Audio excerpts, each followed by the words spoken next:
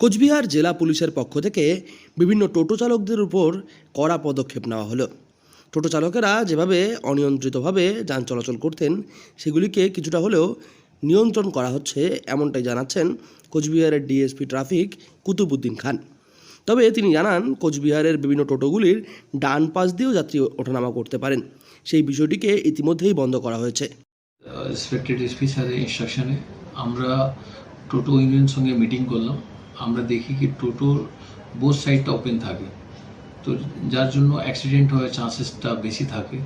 এই অ্যাক্সিডেন্টটা না হোক, আমাদের যাত্রী যারা দু সাইড থেকে না নামতে পারে ওনারা লেফট সাইড থেকে নামেন, এই জন্য আমরা রাইট সাইডটা ওটা ব্লক করতে আমরা মিটিংয়ে একটা সিদ্ধান্ত হয়েছে, যার মধ্যে টোটো ইউনিয়ন অ্যান্ড আমাদের পুলিশ রিপ্রেজেন্টেটিভরা এটা একটা ইউনানিমাস ডিসিশন হয়েছে কি রাইট সাইডটা বন্ধ করে থাকবে।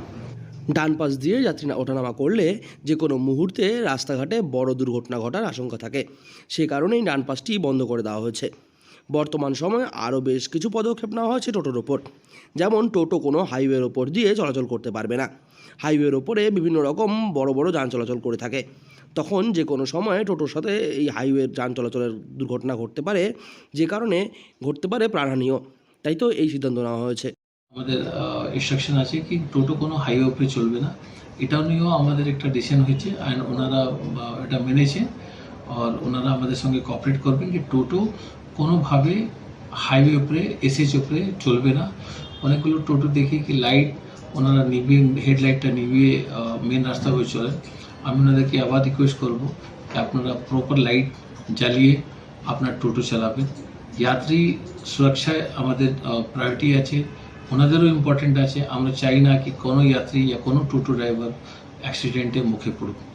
বেশ কিছু টোটো নিজেদের ব্যাটারি বাঁচাতে আলো নিভিয়ে চলাচল করে থাকেন, তবে এই বিষয়টিকেও একেবারেই বরদাস্ত করা হবে না বলে জানিয়েছেন জেলা পুলিশের কর্মকর্তারা।